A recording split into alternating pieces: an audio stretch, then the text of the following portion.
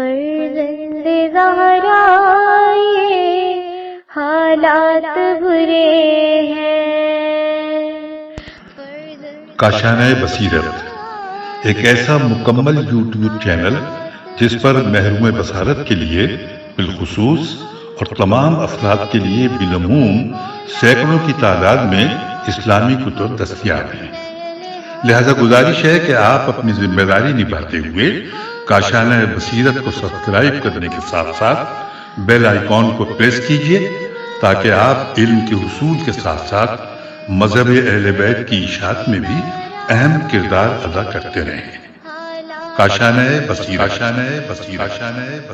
فرزند زہرا یہ حالات برے ہیں۔ معزز سامعین و قارئین، السلام علیکم۔ مولانا جناب محسن علی نجفی صاحب کی کتاب الکوثر فی تفسیر القرآن جلد ہم کی تلاوت کا سلسلہ جاری ہے۔ کتاب میں سورت 3 جو ہے یہ 213 صفحے کے اوپر اس کا ٹائٹل پیج ہے۔ اس کے بعد اگلا پیج جو ہے وہ بلینک ہے اور اس کے بعد میں سورہ کا آغاز ہو رہا ہے صفحہ 215 سے۔ نام سورت کی ابتدائی آیت میں مذکور لفظ 3 سے ماخوذ ہے۔ یہ سورت مکی ہے، آیات کی تعداد 8 ہے۔ بعض مدنی ہونے کا احتمال دیتے ہیں، مگر آیت وَهَٰذَا الْبَلَدِ الْأَمِينَ قرینہ بن سکتی ہے کہ یہ سورت مکی ہے۔ اس سورہ مبارکہ میں انسان کے عروج و سقوط کا ذکر ہے کہ احسن تقویم کا امتیاز لے کر وجود میں آنے والا انسان اپنے ہاتھ سے اسفل السافلین میں جا گرتا ہے۔ البتہ ایمان و عمل صالح سے متمسک رہنے والا کائنات میں اپنا امتیاز احسن تقویم برقرار رکھتا ہے۔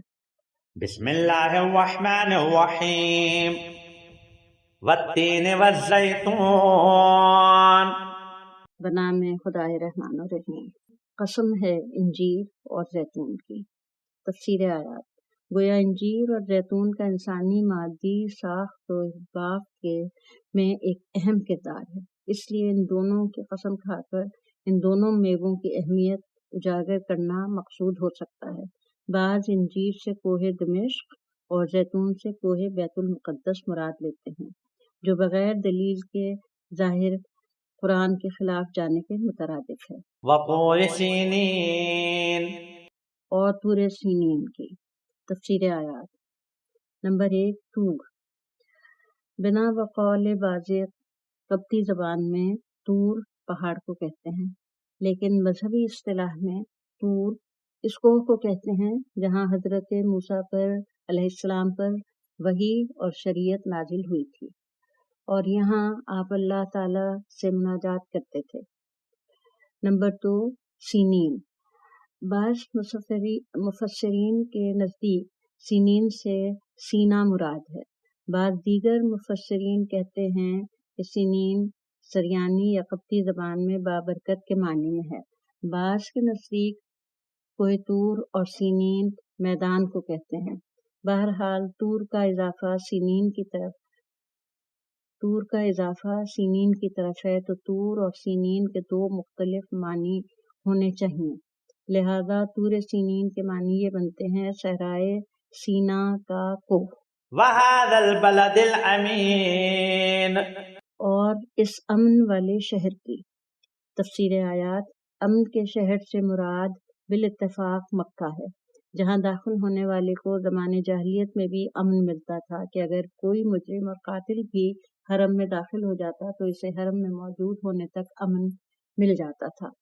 اسلام میں تو جانور، سبزی اور درخت تک کے لیے امن ہے۔ لَقَدْ خَلَقْنَا الْإِنسَانَ فِي أَحْسَنِ تَقْوِيمٍ، بتحقیق ہم نے انسان کو بہترین اعتدال میں پیدا کیا۔ تفسیر آیات۔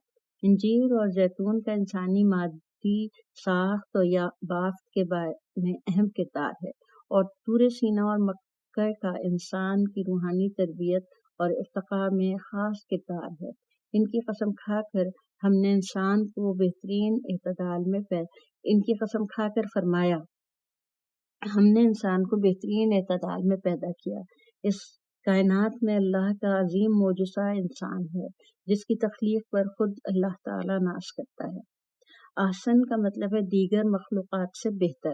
تقویم قیام سے ہے جو پائیدار اور بہترین استحکام کے معنی بھی ہیں۔ تقویم کا لفظ تسویح تعدیل سے بالاتر مرحلے کا نام ہے، جیسا کہ الذی خلقک فسواک فعدلک، یعنی تخلیقی مراحل میں بہترین ترکیب اور اعتدال میں لانے کے بعد جب بھی انسان کو عقل و استعداد اور تکامل کے اہل بنایا تو احسن تقویم کا مرحلہ آ گیا۔ باقی مخلوقات میں ایک حد تک تسویہ اور تعدیل موجود ہے لیکن ان میں احسن تقویم نہیں ہے، اس لیے وہ ارتقاء کی قابلیت نہیں رکھتے۔ اگر انسان احسن تقویم کے تقاضوں پر چلتا ہے تو اس کا درجہ اعلیٰ علیین میں شمار ہو جاتا ہے۔ اور یہ ریفرنس جو آ رہا تھا خلقا فسواکا فعدلکا، یہ ہے سورہ انفطار کی آیت نمبر 7۔ اور ابدی سعادت حاصل کر سکے گا۔ دوسری صورت میں اس کا مقام اسفل السافلین ہوگا۔ ثم رددناه اسفل سافلین، پھر ہم نے اسے پسترین حالت کی طرف پلٹا دیا۔ تفسیر آیات: احسن تقویم کے اوج پر فائز ہونے کی اہلیت رکھنے والا انسان اگر اس مقام کا لحاظ نہیں رکھے گا تو احسن تقویم کے اوج سے نیچے اسفل السافلین کی کھائی میں جا گرے گا، یعنی پست لوگوں میں سے پست ترین ہو جائے گا۔ اولئک کالانعام بل